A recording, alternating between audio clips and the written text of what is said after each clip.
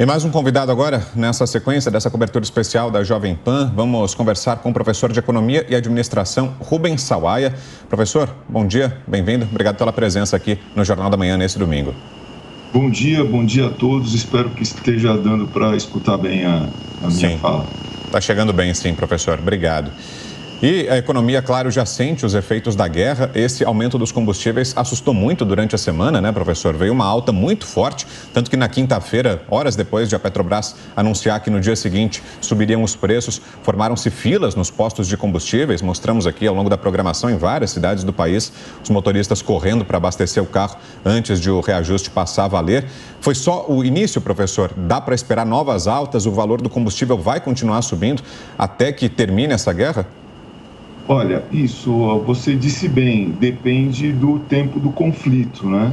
E depende da amplitude que o conflito terá sobre o resto da economia e a economia mundial. Isso ainda não está, de uma certa forma, mensurado, a gente ainda não sabe. No início se imaginava que o conflito fosse ser rápido, né, mas por estratégia ou não dos russos, o conflito está bem mais demorado, né? As sanções contra a Rússia são grandes e isso prejudica e coloca o mercado de petróleo em polvorosa, né? Agora, a gente tem que lembrar que o nosso preço do petróleo, né, hoje em dia, ele é determinado internacionalmente. E esse é o grande problema, e o que a gente devia pensar nesse momento é se vale a pena a gente manter. A Petrobras foi privatizada, né? Se a gente não deveria, de alguma forma, retomar o controle sobre um insumo tão estratégico, né, como o petróleo. E a gente pode falar que esse conflito, ele vai refletir ainda mais, comercialmente falando, relações comerciais entre os países? Olha, sem dúvida nenhuma, principalmente está afetando a Europa, que é importadora de combustíveis da Rússia, e a nós do Brasil já está afetando. A gente também não tem ideia da amplitude, depende do tempo, mas já os bloqueios, né, à Rússia já estão afetando a nossa importação, principalmente de fertilizantes, né? O Brasil desmobilizou a sua produção de fertilizantes e a gente praticamente ficou à mercê do mercado internacional, e o mercado internacional de fertilizantes nosso, basicamente, é hoje a Rússia, né, que a gente importa nitrogenados, fosfatados e etc. A gente poderia produzir nitrogenados aqui? Poderia, mas precisaria reestruturar toda a cadeia do petróleo, que foi desestruturada, das petroquímicas, etc. Né?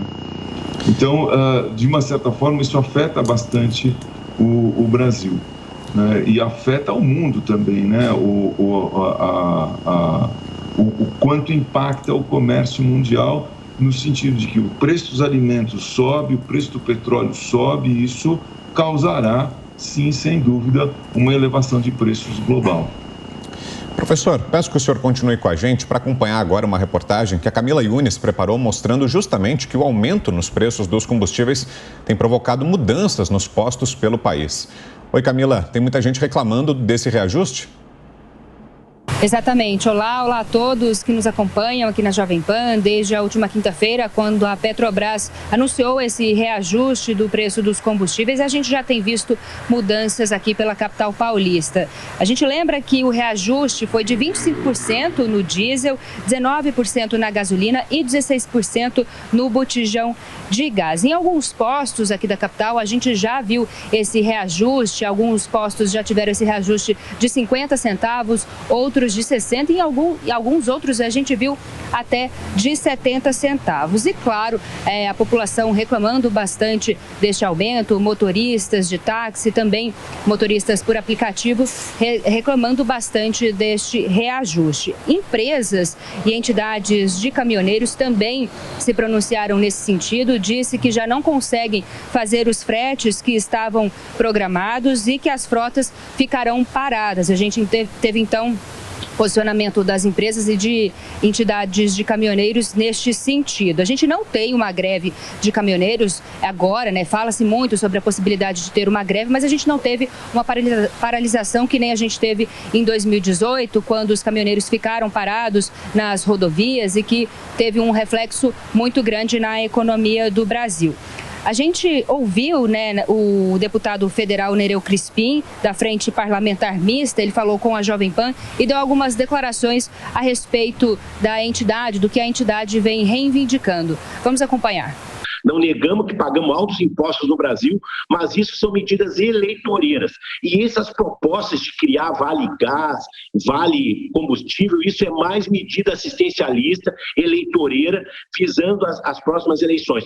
Nós precisamos de políticas sustentáveis para os caminhoneiros e para o empresariado brasileiro e parar com esse assistencialismo político de achar que isso, o brasileiro acha que vai estar satisfazendo as suas necessidades. Os caminhoneiros realmente receberam uma facada, o alto índice de reajuste, eles já não ganhavam quase nada, hoje realmente é uma questão humanitária hoje. Bom, e o presidente da Associação Brasileira dos Condutores de Veículos Automotoras, o Wallace Landim, que é conhecido como Chorão, ele ficou muito conhecido por ajudar a comandar ali as manifestações em 2018, as paralisações dos caminhoneiros em 2018, ele disse que se o governo não fizer nada, o país vai parar para não haver mais condições de rodar, por não haver, na verdade, mais condições de rodar. E as entidades pretendem mover ações judiciais contra esse reajuste e também pretende fazer aí, pleitear uma mudança na fórmula do preço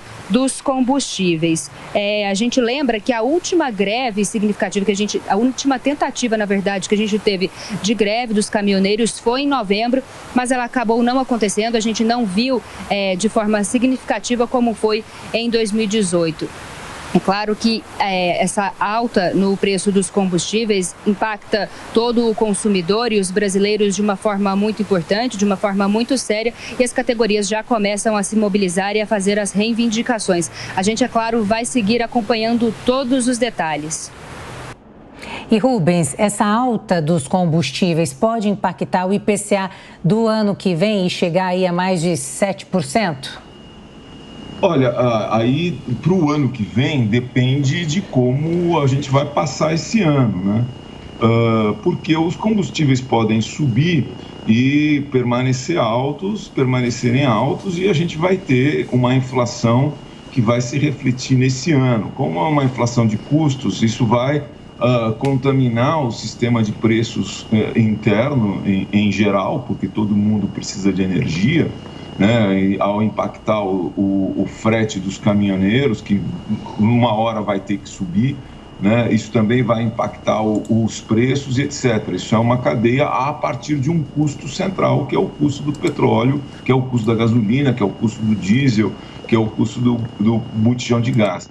Então, a gente terá um impacto inflacionário por conta disso, né? Agora, a dependência do que vai acontecer no ano que vem é se os preços do petróleo, da gasolina, etc., continuarão subindo ou continuarão tendo um impacto no ano que vem.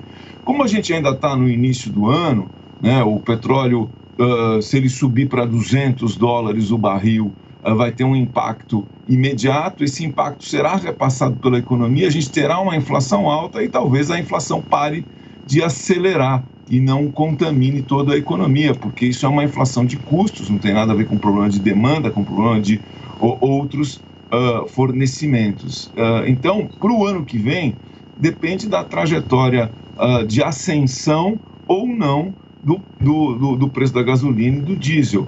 Provavelmente, espero, né, que a questão da guerra se resolva ainda este ano, ou o impacto da guerra sobre os mercados se resolva nos próximos meses, ou a gente tem uma data nos próximos meses, porque isso não é para durar e o preço do petróleo continuar subindo em 2023. Isso é muito difícil de acontecer, continuar em ascensão, né? Ele pode ficar em $200 e ficar em $200 durante muito tempo. Isso a gente já não sabe, depende do conflito. Se o conflito se resolver, outras fontes se resolverem, acordos, porque petróleo não é exatamente um mercado, existem grandes corporações que controlam o mercado de petróleo. Então, isso pode haver um acerto político, ser obrigado a que haja um acerto político para que os preços do petróleo não subam tanto ou para que os preços do petróleo não se acelerem mais, né? Então, nós estamos vivendo agora o impacto imediato da incerteza quanto ao preço do petróleo futuro por conta da guerra, que é um elemento novo nas nossas previsões ou no nosso movimento. Então, esse é um impacto momentâneo. Não se sabe se esse impacto, o quanto tempo que esse preço ficará alto, mas dificilmente ele continuará se acelerando, a não ser que essa guerra resulte em uma grande guerra mundial ou se espalhe para algum outro lugar do Oriente Médio, que é o grande produtor de petróleo, etc.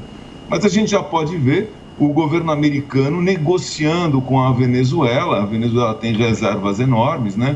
Negociando com a Venezuela, eliminando as barreiras que havia posto para importação de petróleo da Venezuela, porque interessa estar ali do lado dos Estados Unidos, está no caminho da Europa, e se, por exemplo, a Venezuela volta a ser um importante exportador de petróleo para esses mercados, provavelmente isso faz com que o preço abaixe ou pare de subir.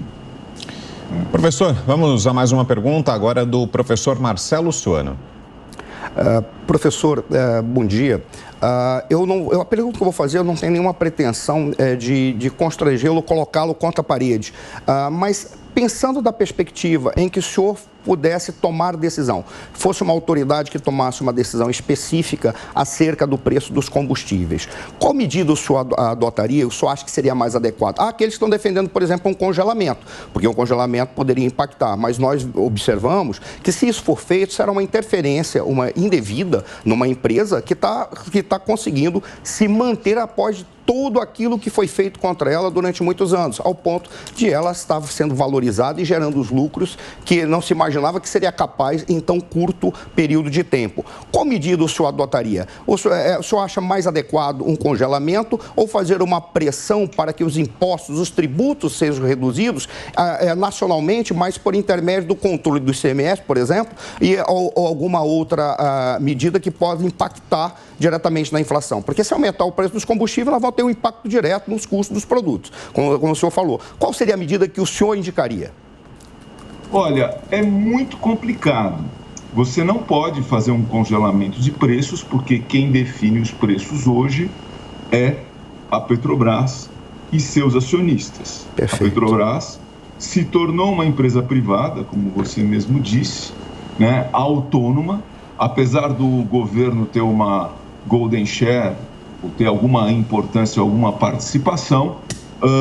Se antes, há 2, 3 anos atrás, 4 anos atrás, mais um pouco, né? 6 anos atrás, o governo podia, por conta do seu poder acionista, interferir nos preços da Petrobras, certo? Hoje, o governo, a própria Petrobras colocou na sua organização interna que um acionista não tem o poder de determinar preço, mesmo que tenha uma golden share. Claro, isso é lógico, porque os acionistas da Petrobras podem entrar com uma ação pedindo ressarcimento, porque os preços poderiam estar mais altos e não estão, né? Então, isso é uma ação contra o governo ou coisa que o valha. Então, não tem como congelar os preços da gasolina, porque não é o Estado que determina os preços da gasolina, é a Petrobras e seus acionistas que determinam o preço da gasolina hoje,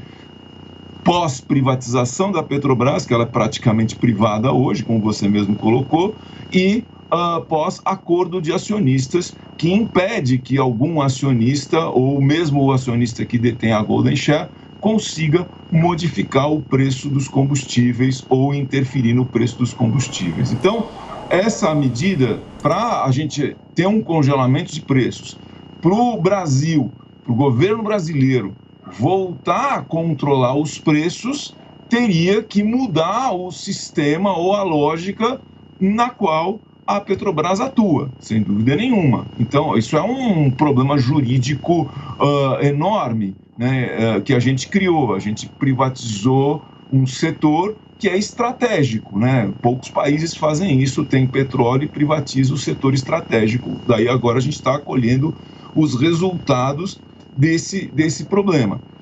Por outro lado, a gente diminuir os impostos, né, primeiro que não resolve o problema, porque os preços não sobem por conta dos impostos, os preços sobem por conta do petróleo. Mas não é esse o ponto.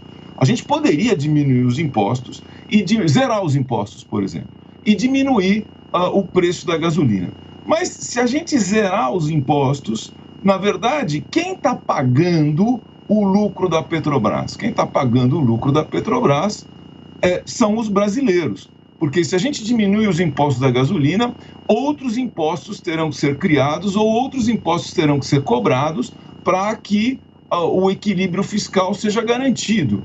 Então, no fundo, quem está pagando a redução dos impostos pode ser que não seja o consumidor direto na bomba que vai pagar a gasolina mais barata, mas outros setores da economia ou a população com imposto de renda, etc., terá que pagar mais impostos, certo? Se a gente for fazer o cálculo, o que nós estamos fazendo? Na verdade, o Brasil, quando reduz os impostos sobre a gasolina, está transferindo renda do Estado brasileiro, de arrecadação do Estado brasileiro, para os acionistas da Petrobras, garantindo os lucros da Petrobras. Então, professor... para a gente entender o tamanho do problema que a gente criou ao não pensar a Petrobras como uma empresa estratégica, como o mundo inteiro pensa.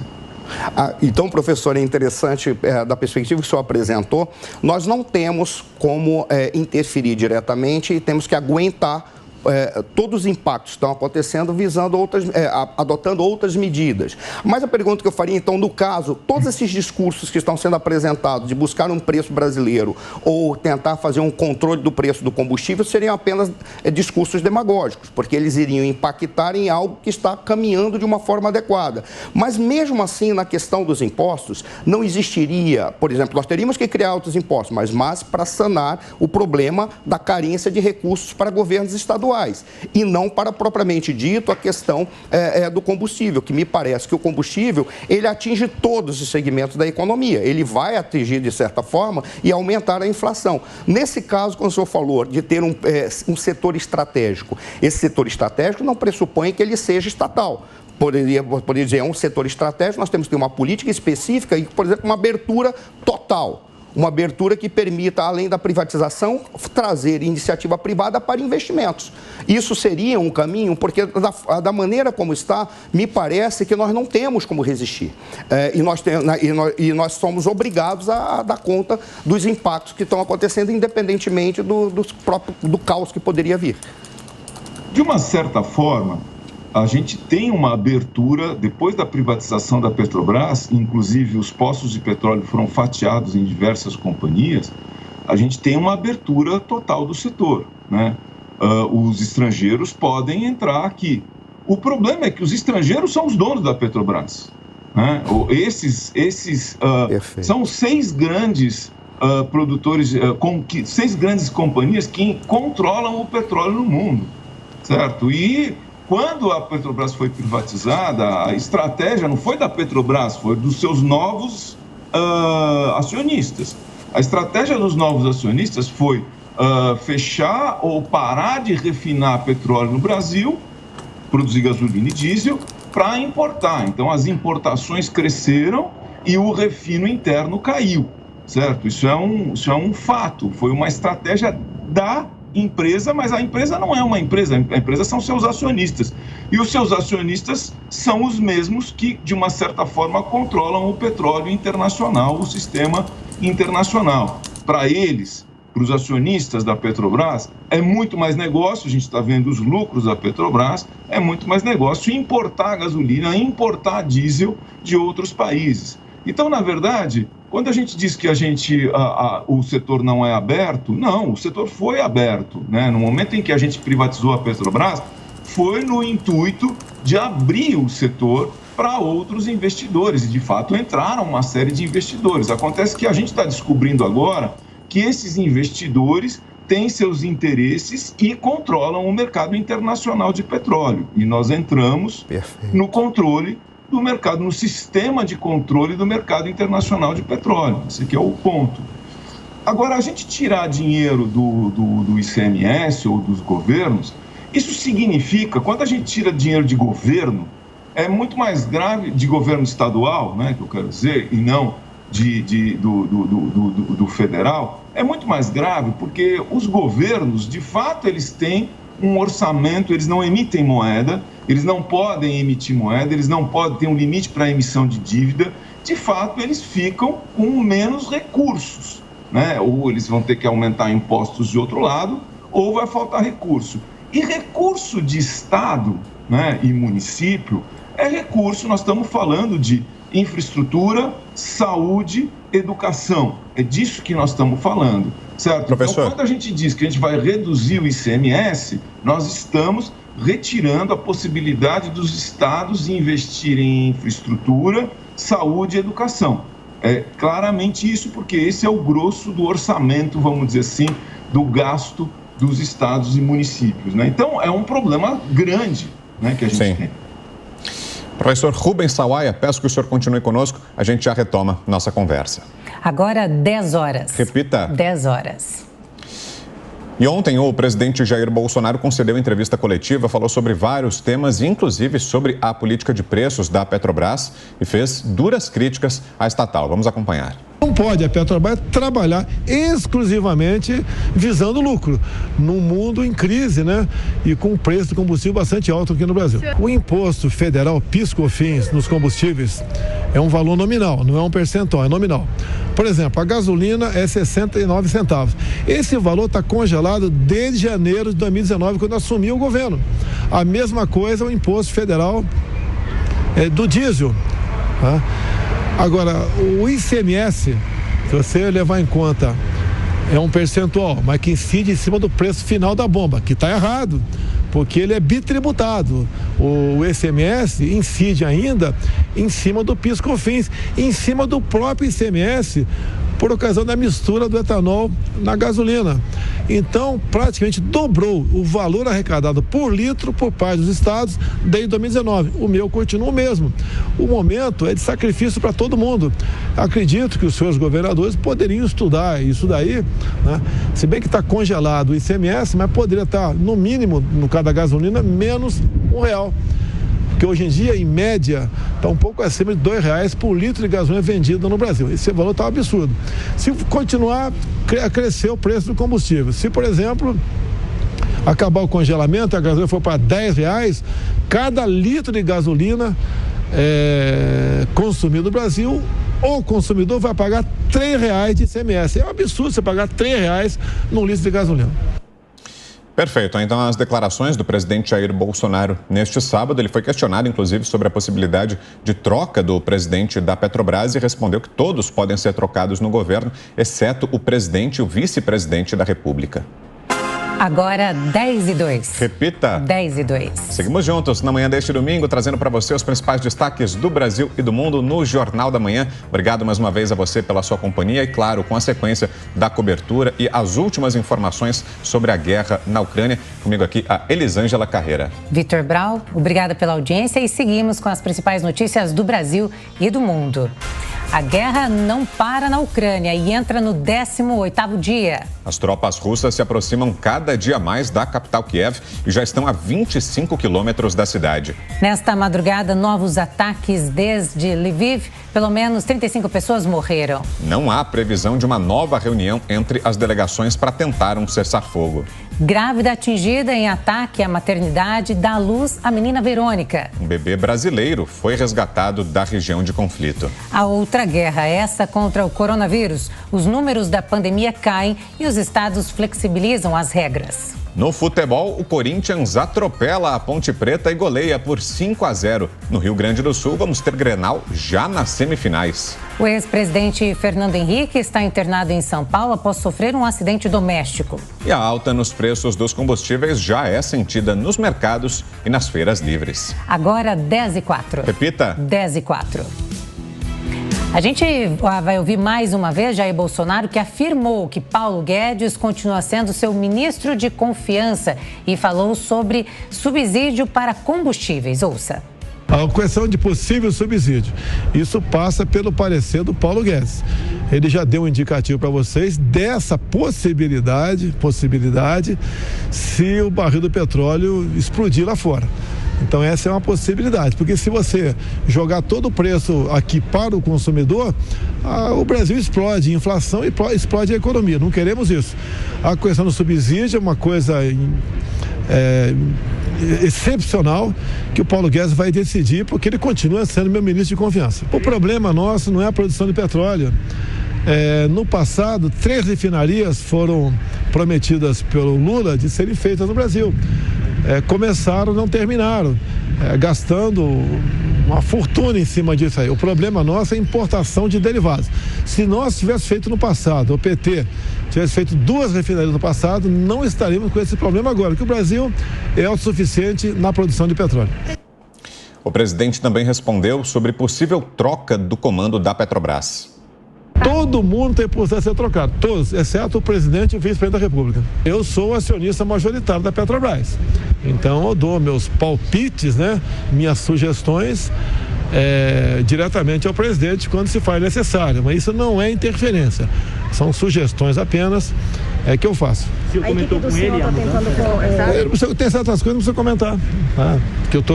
Ele vai ligar para mim e falar, está satisfeito com o reajuste? Não vai ligar. Ele sabe o que eu penso nisso e o que qualquer um brasileiro pensa nisso. Agora o brasileiro tem que entender que quem decide esse preço não é o presidente da República.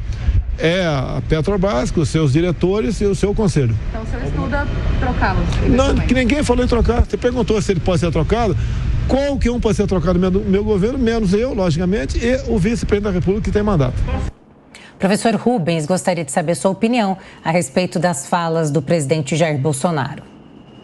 Então, a gente continua com o mesmo problema, Tanto faz se é subsídio ou se é abrir mão de impostos, certo? Nós estamos falando da mesma coisa, é o mesmo caixa, vamos dizer assim. O Estado é brasileiro e gasta com os brasileiros, Então, quando a gente abre mão de imposto e a gente abre mão ou coloca subsídios, é o povo brasileiro que está pagando o lucro da Petrobras. Tanto faz a forma, certo? Isso não muda a característica. A gente dizer, o presidente dizer que o ICMS sobe como um percentual. Ele até nem está subindo tanto por causa das regras de estabilização. Mas, mesmo assim, nós estamos transferindo recursos do povo brasileiro, das pessoas, para os acionistas da Petrobras. Isso é um problema que a gente tem, O fato da gente não ter... A gente tinha refinarias que foram fechadas, a gente tem a distribuidora que foi privatizada, certo? As distribuidoras que foram privatizadas, que eram Petrobras, hoje em dia não são mais, Então, a gente poderia ter feito as refinarias. No passado poderia, porque no passado, de uma certa forma, a Petrobras estava na nossa mão e quem era responsável por fazer as refinarias era a Petrobras. O fato hoje em dia é que quem é que vai fazer as refinarias? Certo? O Bolsonaro poderia, nos seus 4 anos de governo, certo? Não ter pensado no assunto e pensado em como que a gente pode fazer as nossas próprias refinarias, de uma certa forma, à revelia da Petrobras. Poderia, talvez, eu não sei, é uma questão legal e do Estado brasileiro de pensar parceiros privados e etc, que quisessem fazer refinaria. O fato é o seguinte, o fato é que nos últimos 4 anos, o discurso foi que o setor privado iria resolver o problema. E o setor privado, depois da privatização da Petrobras, o setor privado que comanda a Petrobras, o setor privado, os investidores estrangeiros, iriam fazer as refinarias e o Brasil iria ser autossuficiente em gasolina. O fato é que esta lógica não deu certo. Né? Os investidores estrangeiros não fizeram as refinarias, muito pelo contrário, fecharam as refinarias que nós tínhamos. Então, volto ao ponto. Nós temos sim, e os últimos 4 anos, eu coloco nos quase já há 7, 8 anos, nós temos um problema de mudança de estratégia no trato com a Petrobras, e essa mudança de estratégia no trato com a Petrobras nos colocou neste problema, certo? E a gente teve, o presidente teve 4 anos para pensar, porque a greve dos caminhoneiros foi em 2018, que auxiliou ele a chegar no poder. Ele teve 4 anos para pensar como estrategicamente resolver o problema dos combustíveis, mas não, pelo que eu saiba, não se fez nada, certo? Não se fez nada por quê? Por conta de que se imaginava, certo, abstratamente, que a privatização da Petrobras fosse trazer investimentos em refino e etc. para o Brasil. Isso não aconteceu naturalmente. Portanto, se o governo não define estratégias ou não trabalha estrategicamente para ou atrair esse investimento, por que esse investimento não veio? Eu já expliquei por quê, né? Eu não vou repetir minha explicação. Mas por que esse investimento não veio? E como é que a gente faz para resolver esse problema? Combustível, assim como energia elétrica, são problemas estratégicos dos países, impactam toda a cadeia produtiva, impacta toda a cadeia de custos e resulta em inflação e torna o Brasil menos competitivo. Isso é um fato. A gente, por exemplo, quer agora privatizar a Eletrobras a qualquer custo e a gente vai pagar a energia elétrica em dólar também, porque não tem nenhuma estratégia, certo, pensada para como, de fato, baixar o preço da energia. Nós vamos pagar a energia em dólar, assim como a gente paga a gasolina. Então, ou a gente pensa estrategicamente, ou a gente fica culpando Beltrano, Cicrano e etc, etc. A gente não tem que parar de culpar, ainda mais quem está no governo, né? Eu que estou aqui como analista, posso até culpar. E eu estou evitando fazer isso porque é um problema que nós criamos há muito tempo, estrutural, que tem aí 6, 7 anos. Né, que nós abandonamos o controle da Petrobras, abandonamos o controle de preços sobre a Petrobras, nós abandonamos isso e ficamos imaginando que o setor privado fosse fazer. Sim. Não aconteceu. Esse é o nosso resultado. Perfeito. Ouvimos aqui então o professor Rubens Sawaia, ele que é professor de Economia e Administração. Obrigado mais uma vez, viu, professor, pela presença aqui nesse domingo. Um bom dia. Bom dia a todos. Obrigado pelo convite.